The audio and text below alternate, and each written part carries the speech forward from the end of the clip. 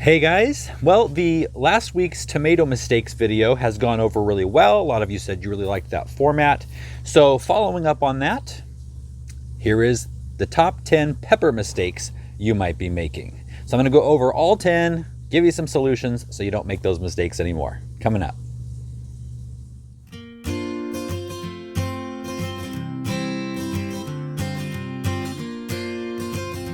Hey, I'm Brian with California Garden TV, and if you're looking to join an online garden community that offers tips, tricks, and support to help you grow your best garden ever, then you're in the right place. Get started now by hitting subscribe and click the bell so you never miss anything. Now let's get growing. So the number one mistake that you can make with peppers is something that I've made plenty of times because you're so excited in the spring to get things going. You plant them too early. They just do not react well when they are out too soon. It's definitely going to stunt their growth for a while and sometimes even forever. They sometimes never recover. It's really weird that way. So whether you are growing from seed indoors and starting early, or you're growing from transplants from the garden center, you want to wait and put them into the garden beds when the nighttime temperatures are in the upper 50s, low 60s and above. That's going to make sure that the soil is warm enough, and not only the soil temperature though, the air temperature is warm enough for them to take off and really do a good job and not sit there and do nothing for months or even the season. So if you started your seeds indoors, then you want to still watch the temperatures, and if you have to transplant them from whatever, smaller seed starting container you have them in, you might even have to go to a larger one and keep them indoors for a while. That would be better than putting them out too soon. The second mistake you might make once you actually are ready to put them outside and the temperature has warmed up is either not enough sun or too much sun. So peppers like sun. They need about 6 to 8 hours of sun per day. Now, if you have too little sun, it's going to cause a lack of production. The plants are going to stay small. They're not going to produce as many peppers, and it's going to take forever for the fruit to actually ripen. You want the sunlight hours, the 6 to 8 hours of sunlight, to be morning and midday sun. Really, in order to get the right amount of sun exposure, you want them to have some afternoon shade. And the reason you want them to have afternoon shade and not morning shade is that the afternoon sun is the strongest and the hottest.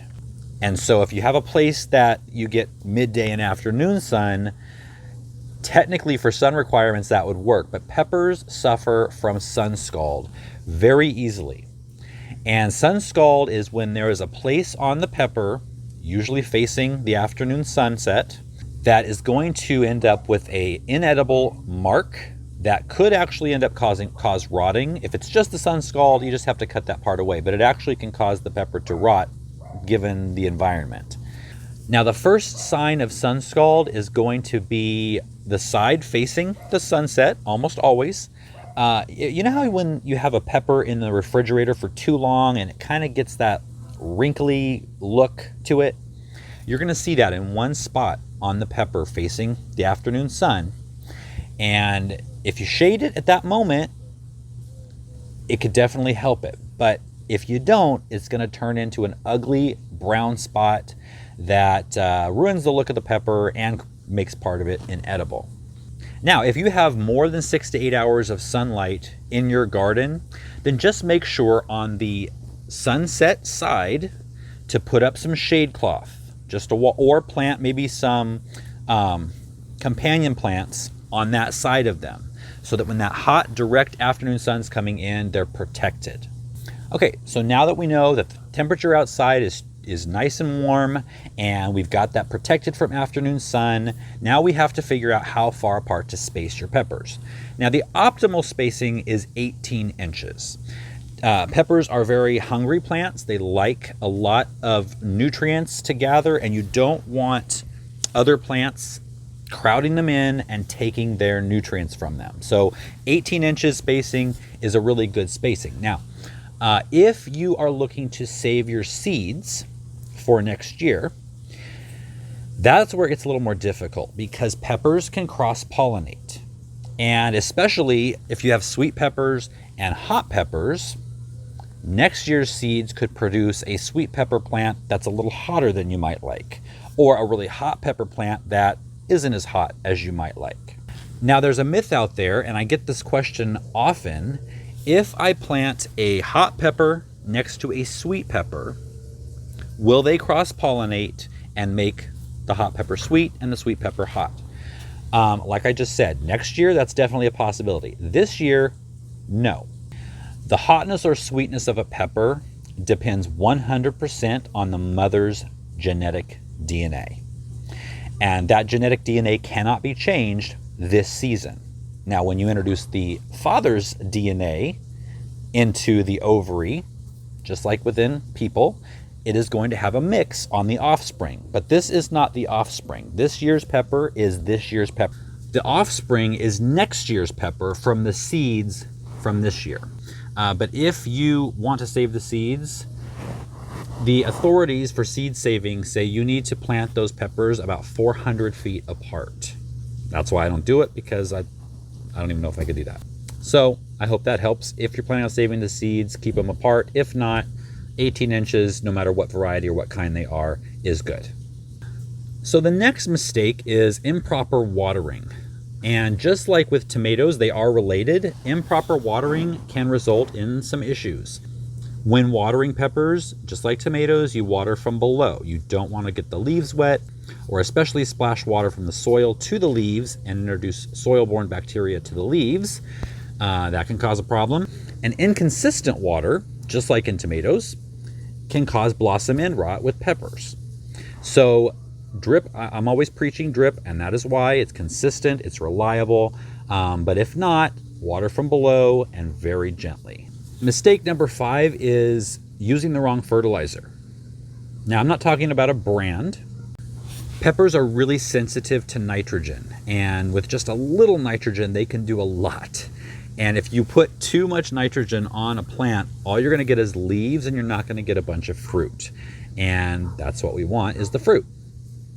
So at planting time, with almost everything, I do put the kelp meal from Neptune's harvest, and the crab and lobster, and possibly the rock phosphate. I only use for peppers either rock phosphate and or the crab and lobster from Neptune's harvest. The reason is those are both low in nitrogen, almost no nitrogen, maybe no nitrogen at all, and high phosphorus, the middle number, which is for roots and flowers and fruit development. And that's what we want. Now, you can give them a little nitrogen, but I add compost to my soil every single spring and fall. And so there's enough nitrogen in that to get them through the first few weeks. And then at that point, I will introduce I use the tomato and veg formula from Neptune's harvest, which has a high middle number. It's a 2-4-2. The first 2 is nitrogen, so that's low. And the middle number is the phosphorus, that's higher. And so that is perfect. That's what I feed all my vegetables and fruits in this garden throughout the growing season. And I do the ongoing feeding about every 2 weeks. I do foliar feeding through a sprayer in the early part of the season before we have the flowers and the fruits coming on, and then I move to the soil drench feeding. The 6th mistake is not pruning your peppers. Now, there's a big debate out there whether you should prune or not. I prune my peppers because I feel, and I've heard from a lot of you who learned that from me this year, who've written in and said, wow, you can't believe how many more peppers your plants are producing because of that. If you don't prune your peppers, you're going to get one long main stalk that grows up from the ground to, 2 feet tall maybe. And there's a few problems with that. There are less growth points to produce flowers, which means less fruit. It also becomes very top heavy, especially when the fruit that are on there start to mature. And any wind or anything is going to blow that plant down and possibly snap it or hurt the root system, and it won't recover. So you want to do the pruning when the plant is less than a foot tall. Typically, what you do is you take out the growth tip. So when the plant is about 8 inches tall and is going to have 6 to 8 leaves left on it after you pinch out the top, you're going to take out that top And that's it. That's how easy it is. That's going to force the hormones that generally go to the tip of that plant back down through the main stem and out through all of the leaf nodes that are all the way up the stem to make a nice, compact, bushy plant with tons of growth points for lots of fruit.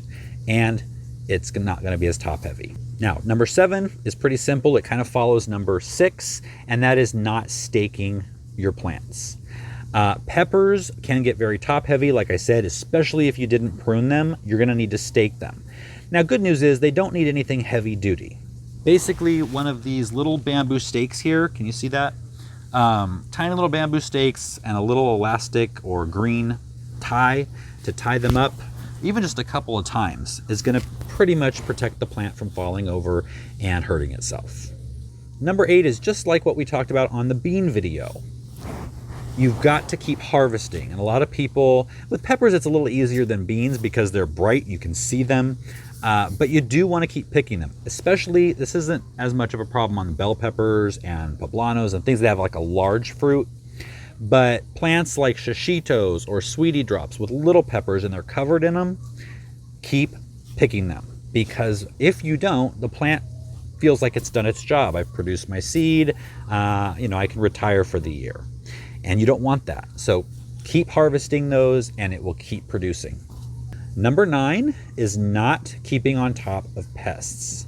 Now, pests and disease are a problem with tomatoes, not as much as, tomatoes? Now, pests and disease problems aren't as big with peppers as they are with tomatoes, but you have to stay on top of it. The biggest thing I get is leaf miner, and that's when you see little tracks, like little race tracks through the leaves, and you need to control that with neem oil. And I spray every 2 weeks with neem oil on my peppers, and that will keep the leaf miners away. It will keep the aphids away, the whiteflies. Those are the 3 big ones. Now, a very popular idea that has been in my videos has been the aspirin trick on tomatoes. And a lot of you might not know that that works for all the nightshade plants. Tomatoes, peppers, potatoes, eggplant. That aspirin trick works on all of them. And so definitely use it on your peppers. Aspirin triggers the immune system as if the plant was under attack when it's not under attack. And so it bumps up the immune system. So when pests and disease do try to attack, it's ready for them. It already has its immune system on high gear and it can take them out. So you want to blend up, maybe in a blender, take some water and about 600 milligrams of uncoated aspirin. And I say uncoated because the coating can sometimes clog up your sprayer. That's the only reason I say uncoated. It's kind of hard to find. I'll put a link down below to where I get mine. And so you want to take the 600 milligrams in about a cup of water, put it in a blender, get it good and diluted, and then pour that solution into about a gallon of water in your sprayer and spray the plants every 2 weeks, top and bottom. And that's going to help protect from pests and disease. The last mistake that people make is creating too much work for yourself. Peppers are perennials. Even in the coldest climate, you can overwinter your pepper so you don't have to plant those seeds again next year. Gets it off to a faster start, which means sooner crops and a longer fruiting period. Now these 3 plants right here are sweetie drop peppers. This is their 2nd year. I've got a shishito over here in the corner that's already given me 3 harvests. That's on its 3rd year. And so peppers keep going. Now in a frost-free climate or a very mild climate, in a frost-free climate, you can leave them right in the beds. In a mild climate like mine, I either cover them on colder nights or I put them in a pot and take them over under a tree, under the eaves of the house, just for that extra bit of protection. Now, if you live in a climate where you get lots of frost, maybe even snow, you can, first of all, take all the leaves off of your pepper plant. I know it's hard to do. And I'm going to do a video on this at the end of the season, so you don't have to remember all this now. But just for the basics, you take all the leaves off, you cut down the almost 2/3 of the plant off, maybe even more. You want to leave some branching on the main stems down at the bottom for the leaves to appear in the spring. Dig it up, remove almost all the dirt, and put it into a very tiny pot. And then just keep the plant very moist over the winter.